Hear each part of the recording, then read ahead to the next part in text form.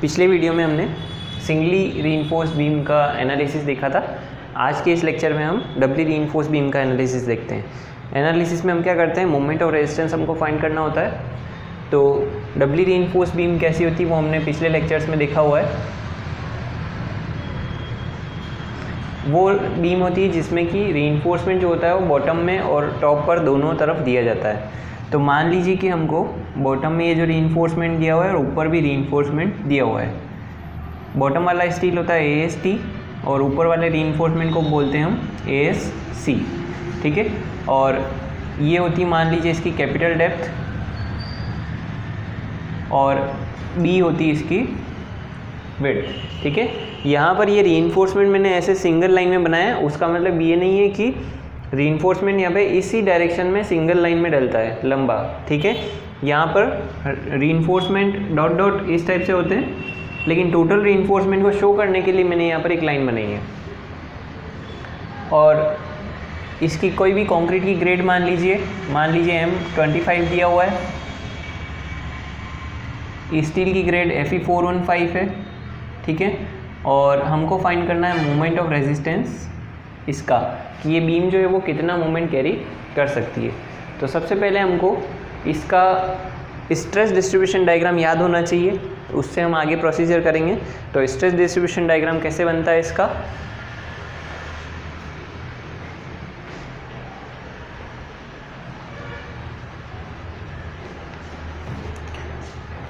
Stress distribution diagram इसका कुछ इस टाइप से बनता है।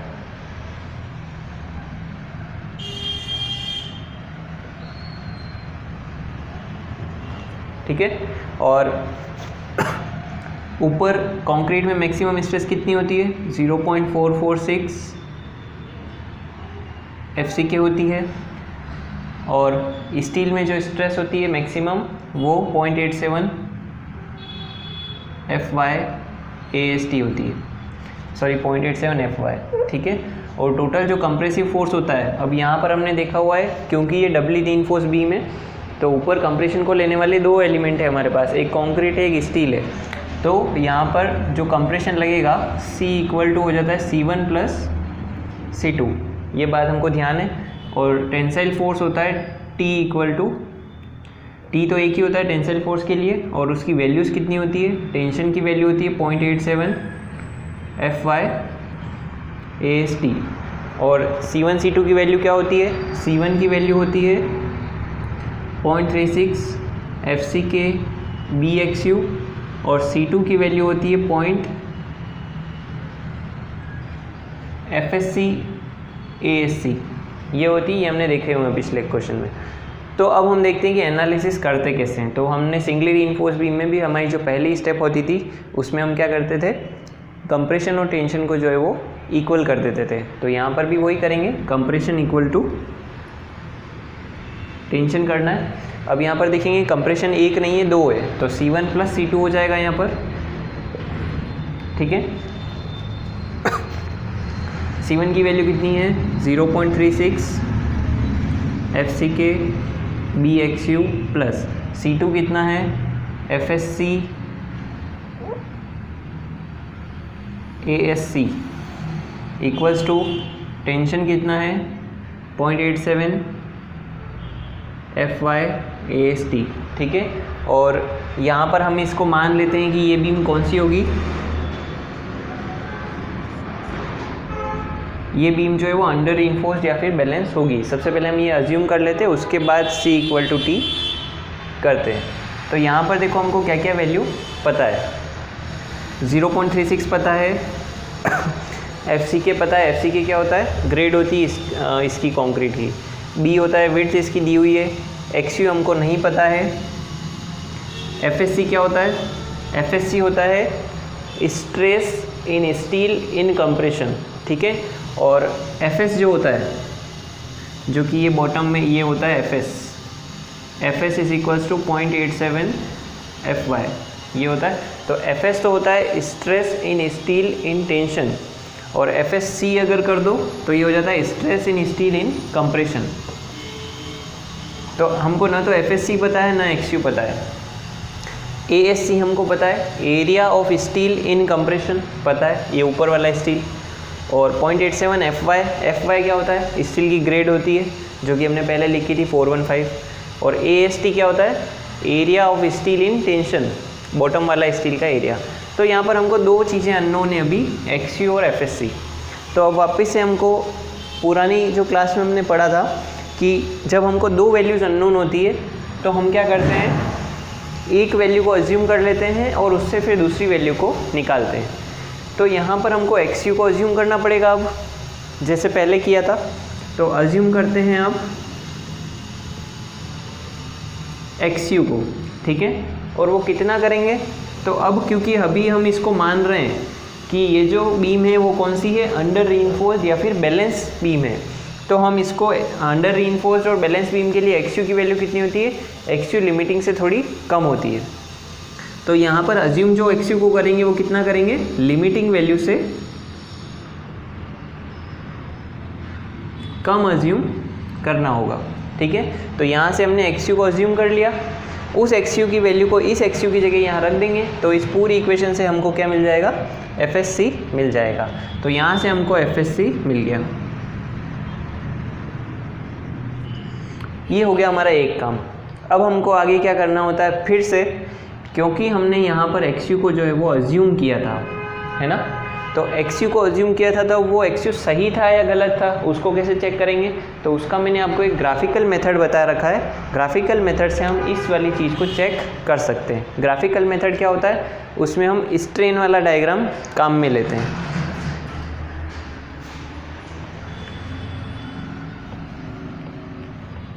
तो इसका जो स्ट्रेन डायग्राम होता है वो कैसे बनता है, डबली रीइंफोर्स्ड बीम के लिए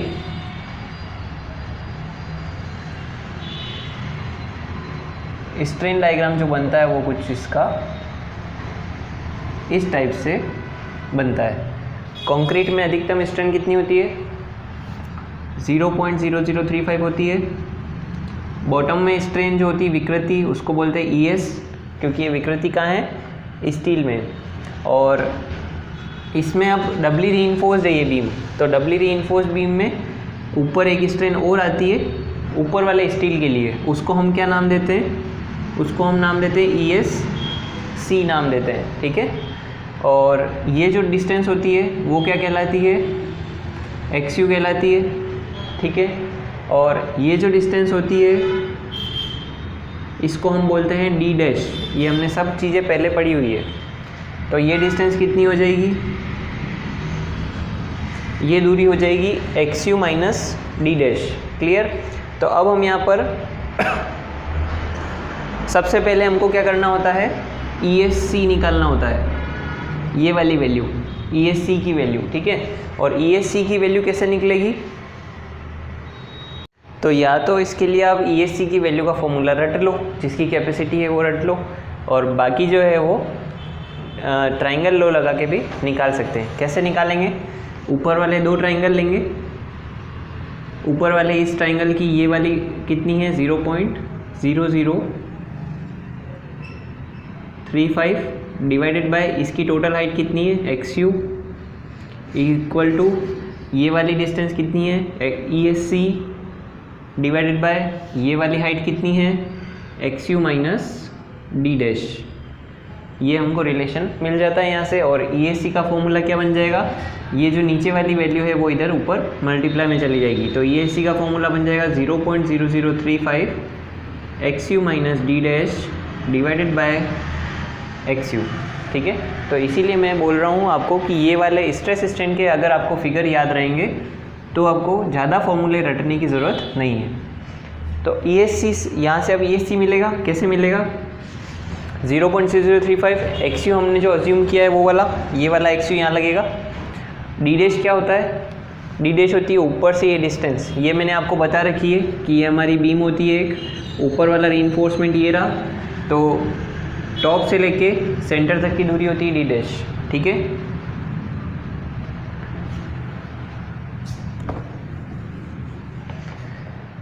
तो इस तरीके से हमको यहाँ से ES की वैल्यू जो है वो मिल जाएगी।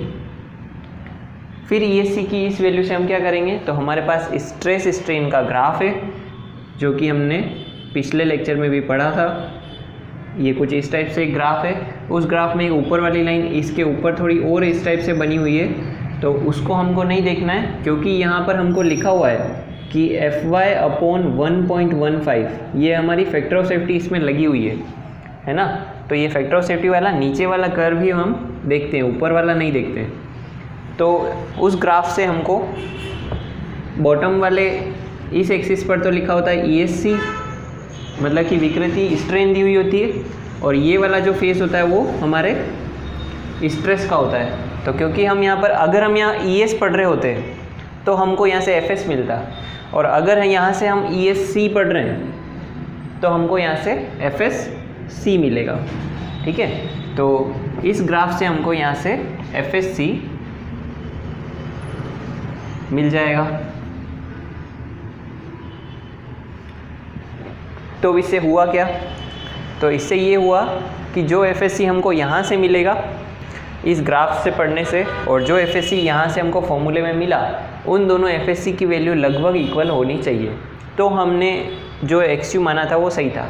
और अगर इस FSC की वैल्यू और इस FSC की वैल्यू डिफरेंट आती है तो हम क्या करेंगे, यहाँ से वापस से XU जो अज्यूम किया था उसको चेंज करेंगे और पूरा प्रोसीजर नया होगा। तो फाइनली मान लो कि अभी हमने FSC दोनों इक्वल आ चुके हैं और जो XU हमने माना था वो फाइनल हो चुका है। तो अब हम इसका यूज़ करेंगे MR निकालने के लिए।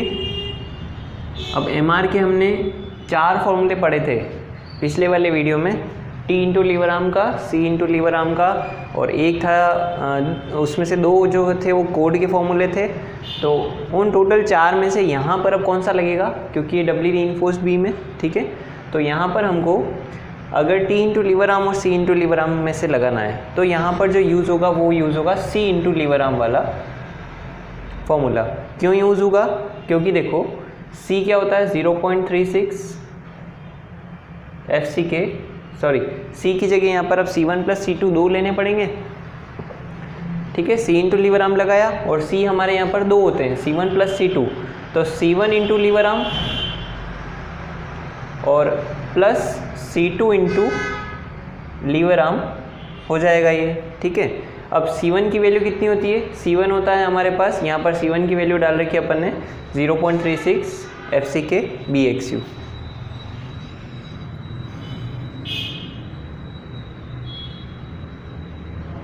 ठीक है, अब यहाँ पर इसको इंटू करना है किससे? लीवर आर्म से। तो यहाँ पर देखेंगे कि C1 का लीवर आर्म अलग होता है और C2 का लीवर आर्म अलग होता है। यहाँ पर दोनों लीवर आर्म एक जैसे नहीं लग जाएंगे, ये हमने पहले पढ़े हुए हैं।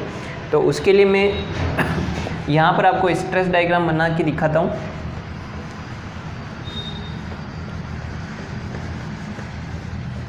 कि ये हमारा स्ट्रेस डिस्ट्रीब्यूशन डायग्राम था। ठीक है, और एक लगता है C1 और एक लगता है C2। C1 की ऊपर से डिस्टेंस होती है कंप्रेशन की 0.416 XU होती है। ठीक है, और C2 जो होता है, C2 की ऊपर से डिस्टेंस होती है D' बोलते हैं उसको, और नीचे यहाँ लगता है टेंशन। क्लियर है? तो देखो यहाँ पर C1 के लिए हमको लीवर आर्म लेना है, तो C1 कहाँ लग रहा है? ये लग रहा है, और ये टोटल डिस्टेंस होती है इफेक्टिव डेप्थ। तो लीवर आर्म कितना हो जाएगा? C1 से लेके T तक की दूरी, ये वाली दूरी हो जाएगी इसका लीवर आर्म। तो D में से अगर 0.416 XU को माइनस कर दोगे तो C1 के लिए लीवर आर्म हो जाएगा। तो C1 के लिए लीवर आर्म होता है D - 0.416 XU। ठीक है, और फिर अपन करते हैं प्लस C2। तो प्लस C2 कितना था? C2 को हमने लगाया था FSC ASC, ये लगाया था। अब इसका लीवर आर्म कितना होगा? तो ये C2 है, C2 से टेंशन तक की दूरी, मतलब हमको ये वाली डिस्टेंस चाहिए। तो कैसे निकलेगा ये? इफेक्टिव डेप्थ में से अगर इस D' को माइनस कर दोगे तो हमको ये वाली दूरी मिल जाएगी। तो ये हो जाएगा D - D', ये हमने पहले भी लगाया हुआ है। तो इस तरीके से MR का फॉर्मूला हो जाता है C इंटू लीवर आर्म करके। अब हमने T इंटू लीवर आर्म क्यों नहीं लगाया? तो देखो अगर हम T इंटू लीवर आर्म लगाते तो टी के लिए लीवर आर्म कौन सा लेते फिर? लीवर आर्म या तो यहाँ से C2 तक की दूरी ले लेते या फिर यहाँ से C1 तक की दूरी ले लेते। हमारे पास दो ऑप्शन थे, तो उस वजह से हमने क्या किया कि टी के लिए लीवर आर्म हमको कंफ्यूज करता है कि लीवर आर्म कौन सा लेना है, क्योंकि ऊपर दो पॉइंट है हमारे पास, रेफरेंस पॉइंट दो है, तो इसीलिए हमने क्या किया C1 और C2 का टी के रेस्पेक्ट में कर दिया। तो ये फॉर्मूला लगाते हैं C इंटू लीवर आर्म का। डबली रीइंफोर्स्ड बीम के लिए MR निकालने का ओनली यही फॉर्मूला लगाएंगे हम, उसके अलावा कोई भी फॉर्मूला यूज़ में नहीं लेंगे। क्लियर? तो ये था हमारा डबली रीइंफोर्स्ड बीम का एनालिसिस। अब इसमें हम कुछ क्वेश्चन देखते हैं इस बेसिस पे। पहला क्वेश्चन है इसमें, in reinforced concrete structure the steel reinforcement consist of. Steel reinforcement कौन कौन सा होता है? Deformed bars, mild steel and medium tensile steel bars, cold twisted bar, all of this. सभी टाइप के स्टील रीइंफोर्समेंट काम में लिए जा सकते हैं, डीफॉर्म्ड बार, कोल्ड ट्विस्ट और माइल्ड स्टील। तो इसका आंसर हो जाएगा all of this. Second question है, the compressive strength of concrete is about 10 to 15% of its tensile strength. ये जो स्टेटमेंट है वो ट्रू है या फॉल्स? तो आपको बताना है ये ट्रू है, क्योंकि हमने पढ़ा हुआ है कि कंक्रीट की जो टेंसाइल स्ट्रेंथ होती है वो उसकी कंप्रेसिव स्ट्रेंथ की 10 से 15% के बीच में होती है। नेक्स्ट क्वेश्चन है, in a simply supported reinforced concrete beam the reinforcement is placed. Option से below the neutral axis, above the neutral axis, at the neutral axis, any of this. तो इसमें हमको पूछा है कि अगर सिंपली सपोर्टेड कोई भी बीम है कंक्रीट की, उसमें रीइंफोर्समेंट कहाँ लगता है? तो रीइंफोर्समेंट की इसमें पोजीशंस दी हुई है कि बिलो द न्यूट्रल एक्सिस, हाँ तो फर्स्ट ऑप्शन तो सही है कि बिलो द न्यूट्रल एक्सिस लग सकता है। सेकंड ऑप्शन है अबव द न्यूट्रल एक्सिस, तो वो पॉसिबल नहीं है, क्योंकि जब तक नीचे बॉटम में रीइंफोर्समेंट नहीं डलेगा तो पहले ऊपर कैसे डल सकता है। और थर्ड है एट द न्यूट्रल एक्सिस, तो न्यूट्रल एक्सिस पर तो स्ट्रेसेस ही ज़ीरो होती है, तो वहाँ तो रीइंफोर्समेंट देने का मतलब नहीं है। और D option any of this हो नहीं सकता, तो इसका ऑप्शन हो जाएगा A, below the neutral axis. Next question है, in a singly reinforced beam the effective depth is measured from the compression edge to the. Singly reinforced beam में मान लो ये एक सिंगली रीइंफोर्स्ड बीम है, उसमें जो इफ़ेक्टिव डेप्थ को हम मेजर करते हैं वो कहाँ तक करते हैं? तो हमको पता है कि इफ़ेक्टिव डेप्थ जो होती है वो टॉप से लेके नीचे वाले सरिये के सेंटर तक होती है। तो इसमें से ऑप्शन कौन सा सेट होगा इसका? कंप्रेशन एज से लेके centre of tensile reinforcement, B option इसका करेक्ट हो जाएगा। नेक्स्ट है, the application of elastic theory to the beam is based on the assumptions that. इसमें हमको बीम डिज़ाइन की लिमिट स्टेट मेथड वाली अजम्पशंस देखनी है।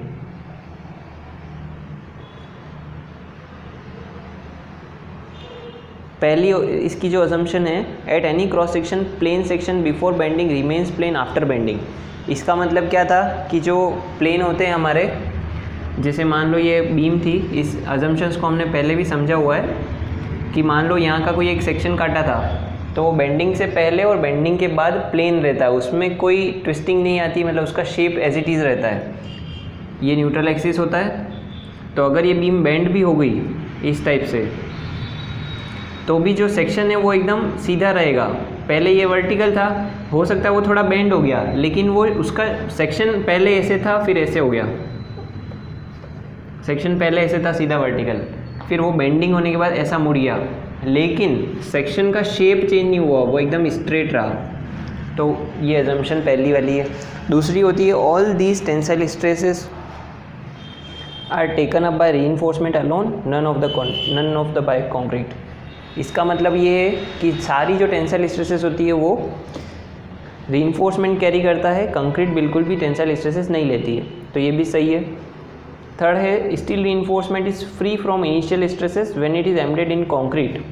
इसका मतलब क्या है कि जब स्टील रीइंफोर्समेंट को हम कंक्रीट के अंदर डालते हैं, बीम के अंदर, तो इनिशियल स्ट्रेसेस जो होती है वो उसके ऊपर नहीं आके कंक्रीट पे आती है, क्योंकि हमको पता है कि रीइंफोर्समेंट के नीचे भी कंक्रीट होती है, तो पहले जो स्ट्रेसेस आएगी वो कंक्रीट के ऊपर आएगी और फिर उसके बाद सरिये तक पहुंचेगी। तो ये भी ऑप्शन इसका सही है, तो इसका आंसर हो जाएगा डी। नेक्स्ट क्वेश्चन है, in case of a cantilever beam the tensile zone is above the neutral axis. Cantilever beam की बात कर रहे हैं अब यहाँ पर। तो कैंटिलीवर बीम में टेंसाइल जोन कहाँ होता है? तो सिंपली सपोर्टेड बीम का उल्टा होता है, क्योंकि सिंपली सपोर्टेड बीम जो होती है वो ऐसी होती है। तो जब वो बेंड होती है इस टाइप से तो कंप्रेशन आता है ऊपर और टेंशन आता है नीचे। और अगर हम कैंटिलीवर बीम की बात करें, कैंटिलीवर बीम होती है ऐसे, तो जब वो बेंड होती है तो वो ऐसे बेंड होती है नीचे की तरफ। तो कैंटिलीवर बीम में टेंशन आता है ऊपर वाले फेस पे और कंप्रेशन आता है नीचे वाले फेस पे। तो वो सिंपली सपोर्टेड बीम का उल्टा होता है। क्लियर है? तो इसी वजह से कैंटिलीवर बीम में हम जो रीइंफोर्समेंट देते हैं वो ऊपर की तरफ देते हैं, ऊपर वाले पोर्शन में जो है वो सरिया देते हैं इस टाइप से, ताकि ऊपर जो है वो टेंशन आने वाला है। तो इसका करेक्ट हो जाएगा ए ऑप्शन। टेंसाइल जोन जो होता है वो न्यूट्रल एक्सिस के, न्यूट्रल एक्सिस ये होगा, इसका न्यूट्रल एक्सिस सेंटर में, तो न्यूट्रल एक्सिस जो है उसके ऊपर होता है, न्यूट्रल एक्सिस के। अगला ऑप्शन है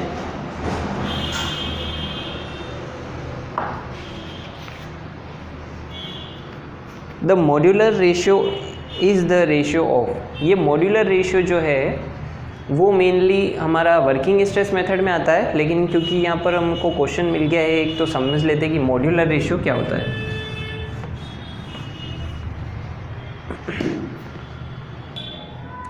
मॉड्यूलर रेशियो जो होता है the ratio of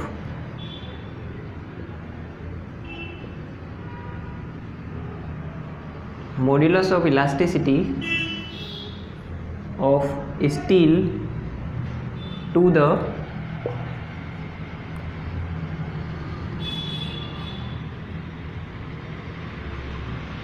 modulus of elasticity of concrete, उसको बोलते हैं मॉड्यूलर रेशियो। किस किस का रेशियो होता है? Modulus of elasticity of steel to the modulus of elasticity of concrete. मतलब कि प्रत्यास्थता गुणांक, स्टील का प्रत्यास्थता गुणांक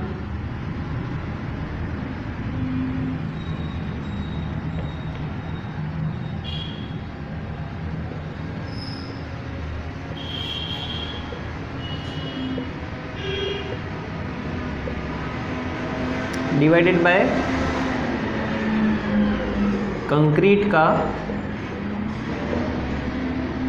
प्रत्यास्थता गुणांक। इसको हम कैसे लिख सकते हैं? Modulus of elasticity of steel divided by modulus of elasticity of concrete. और मॉड्यूलस ऑफ इलास्टिसिटी को हम ई से डिनोट करते हैं, तो ये हो जाएगा ई एस अपॉन ई सी। कंक्रीट का ई सी और स्टील का हो गया ई एस। तो इसको बोलते हैं, इस रेशियो को मॉड्यूलर रेशियो, और इसको स्मॉल एम से डिनोट करते हैं। क्लियर है? तो यहाँ पर हम जनरली क्या कर रहे हैं कि दोनों, इसको हम ऐसे भी समझ सकते हैं कि यहाँ पर हम स्टील की और कंक्रीट की स्ट्रेंथ का कंपैरिजन कर रहे हैं।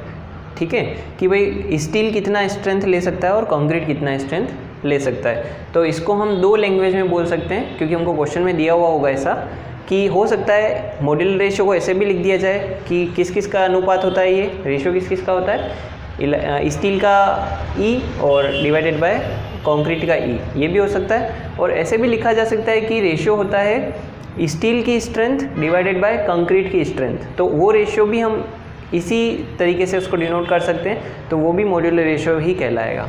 ठीक है, तो इसका जो ये क्वेश्चन दिया हुआ है हमको, तो इस क्वेश्चन में जो ऑप्शन कौन सा बैठेगा इसका?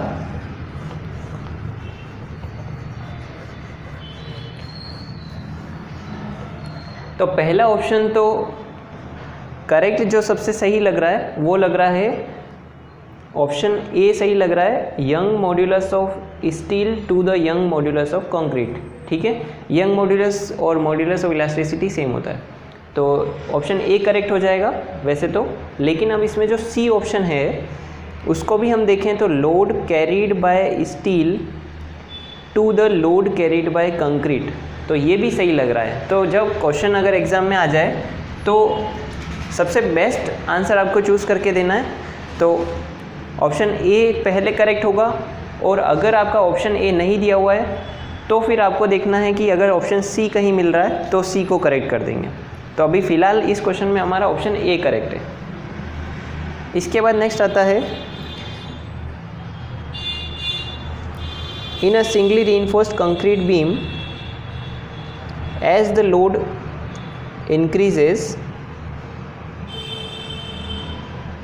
ऑप्शन है इसमें only concrete will resist tension, B option है only steel will resist tension, C है both concrete and steel will resist tension, और डी है both concrete and steel will resist compression. तो ये आपको बताना है पढ़ के। सिंगली रीइंफोर्स्ड कंक्रीट में जब लोड बढ़ता है तो टेंशन को कौन कैरी करता है?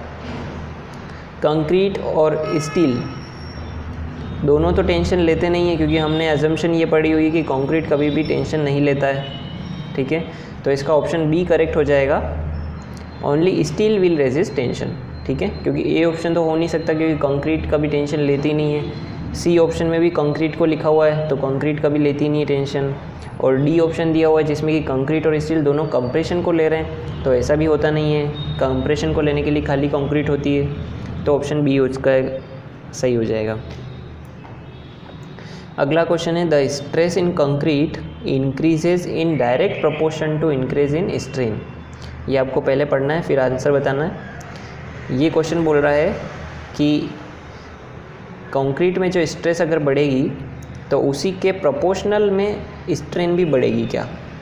तो हमको पता है कि कंक्रीट के लिए स्ट्रेस स्ट्रेन का जो फिगर होता है वो होता है स्टार्टिंग में पैराबोलिक और फिर स्ट्रेट जाता है। ठीक है, मतलब कि यहाँ पर जो ये स्ट्रेस स्ट्रेन है विकृति और ये है स्ट्रेस, तो दोनों का अनुपात लीनियर नहीं है, रेखिक प्रोपोर्शन नहीं है उनका कि जितना जितना स्ट्रेन बढ़ रही है उतना का उतना स्ट्रेस भी बढ़ रही है। तो यहाँ पर प्रोपोर्शनल नहीं है दोनों, क्योंकि ये लीनियर नहीं है, ये पैराबोलिक है। अगर फिगर ऐसा होता है ग्राफ तो वो लीनियर कहलाता है, मतलब कि दोनों प्रोपोर्शनल है। तो ये स्टेटमेंट जो है वो रॉन्ग हो जाएगा।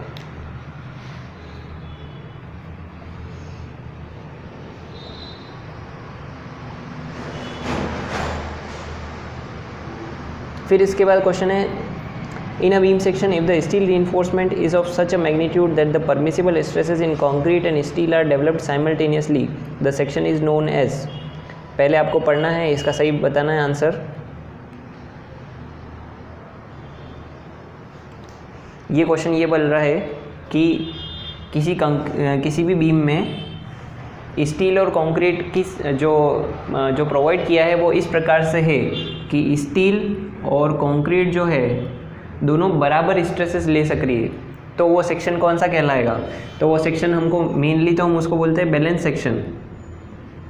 ठीक है, और बैलेंस सेक्शन के और भी कुछ नाम होते हैं, जैसे कि क्रिटिकल सेक्शन या फिर इकोनॉमिकल सेक्शन भी इसको हम बोलेंगे। तो इसी का ऑप्शन एनी ऑफ दिस हो जाएगा। तीनों नाम सही है, सेम एक ही मतलब होता है तीनों का।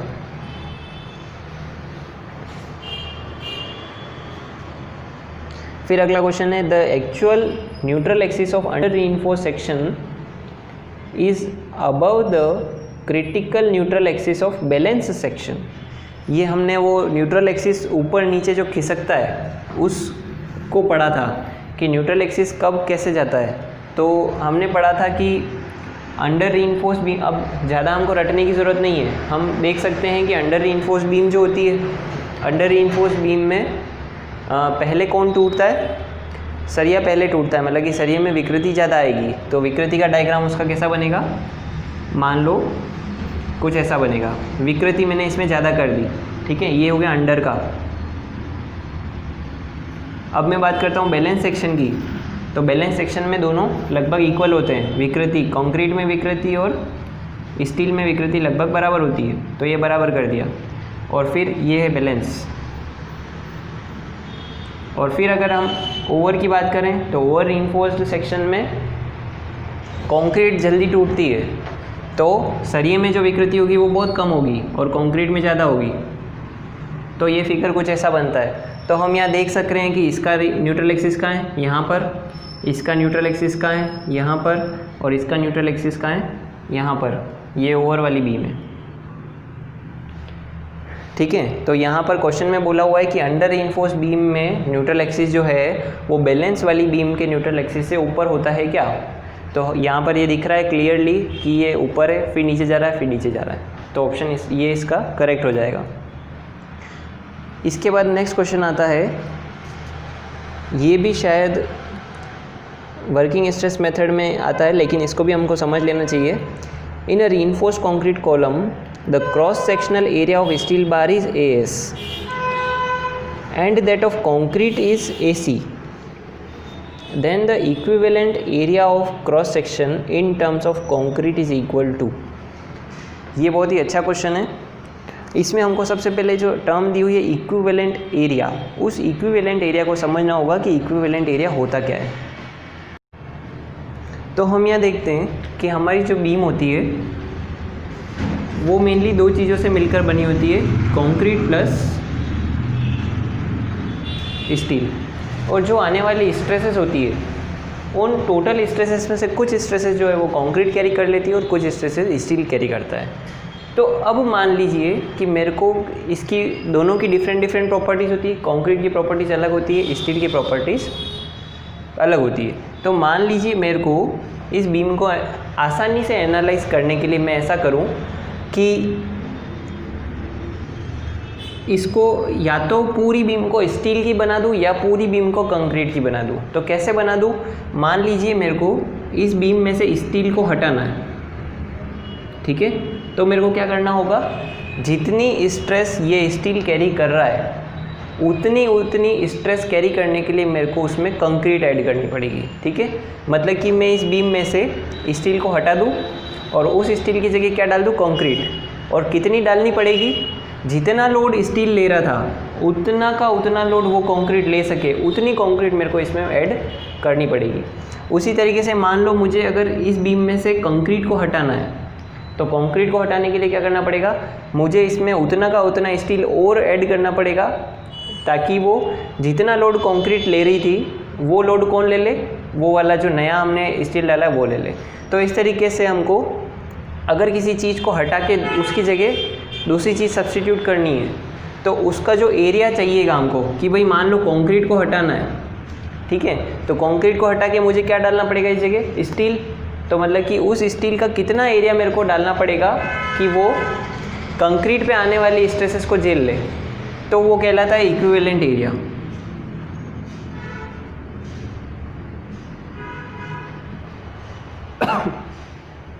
इसको और सही से समझने के लिए हम देखते हैं कि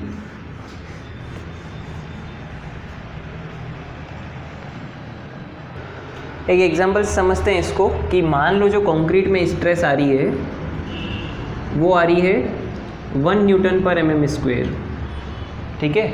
और स्टील में स्ट्रेस आ रही है 2 न्यूटन पर mm², ठीक है। मतलब कि इसका मतलब क्या होता है कि पर mm² जो एरिया है वो कितना लोड ले रहा है, 1 न्यूटन का लोड ले रहा है। और इसका मतलब क्या होता है, पर mm² जो एरिया है वो कितना लोड ले रहा है, 2 न्यूटन का लोड ले रहा है। मतलब कि यहाँ पे देखें तो स्टील डबल लोड ले रही है। अब मेरे को मान लो यहाँ से इस पूरे बीम में से स्टील को हटाना है, ठीक है। तो स्टील को हटाना है और उस जगह मेरे को डालनी है कंक्रीट। तो मेरे को क्या करना पड़ेगा, यहाँ पे स्टील जो है वो कितनी स्ट्रेस ले रहा था, टोटल स्टील जो है वो 2 न्यूटन का लोड ले रहा था। अब मेरे को इस स्टील को हटाना है, मतलब कि जो कंक्रीट अब नहीं डलेगी, एक्स्ट्रा जो डलेगी उसको कितना लोड लेना पड़ेगा, 2 न्यूटन का लोड लेना पड़ेगा। तो कंक्रीट जो है वो पर mm² कितना लोड लेती है, 1 न्यूटन का। मतलब कि 1 mm² जो एरिया होता है वो कितना लोड लेता है कंक्रीट में, 1 न्यूटन का लोड लेता है। इससे ये पता चलता है।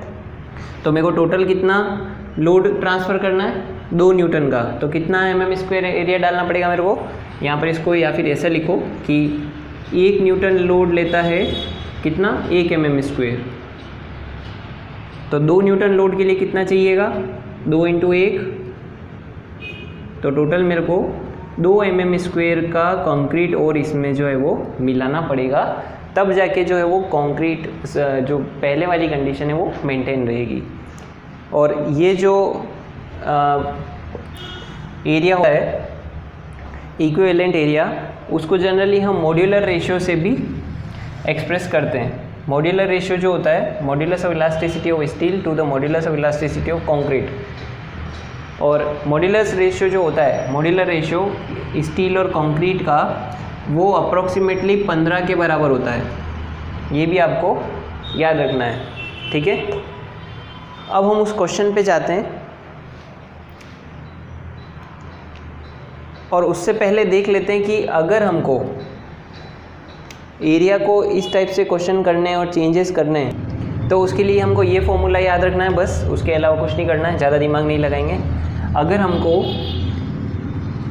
इक्विवेलेंट एरिया निकालना है इन टर्म्स ऑफ कंक्रीट, मतलब कि बीम में से मेरे को स्टील को हटाना है और कंक्रीट डाल देनी है उस जगह, तो वो लिखा होगा इन टर्म्स ऑफ कंक्रीट। तो उसमें क्या होगा, देखो एरिया ऑफ कंक्रीट, तो जो पहले से जो कंक्रीट है वो तो कंक्रीट ही रहेगी, तो वो कंक्रीट का area plus modular ratio into area of steel, मतलब कि स्टील को हमको हटाना है तो हमको क्या करना पड़ेगा, जिस स्टील को हटाना है उसको मॉड्यूलर रेशियो से मल्टीप्लाई कर दो, तो हमको ये टोटल इक्विवेलेंट एरिया मिल जाएगा।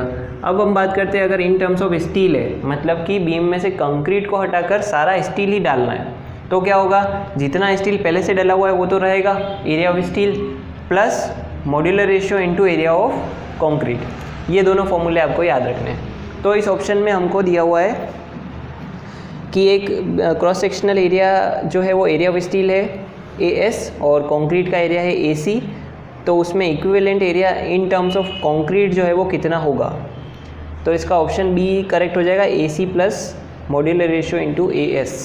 क्लियर है।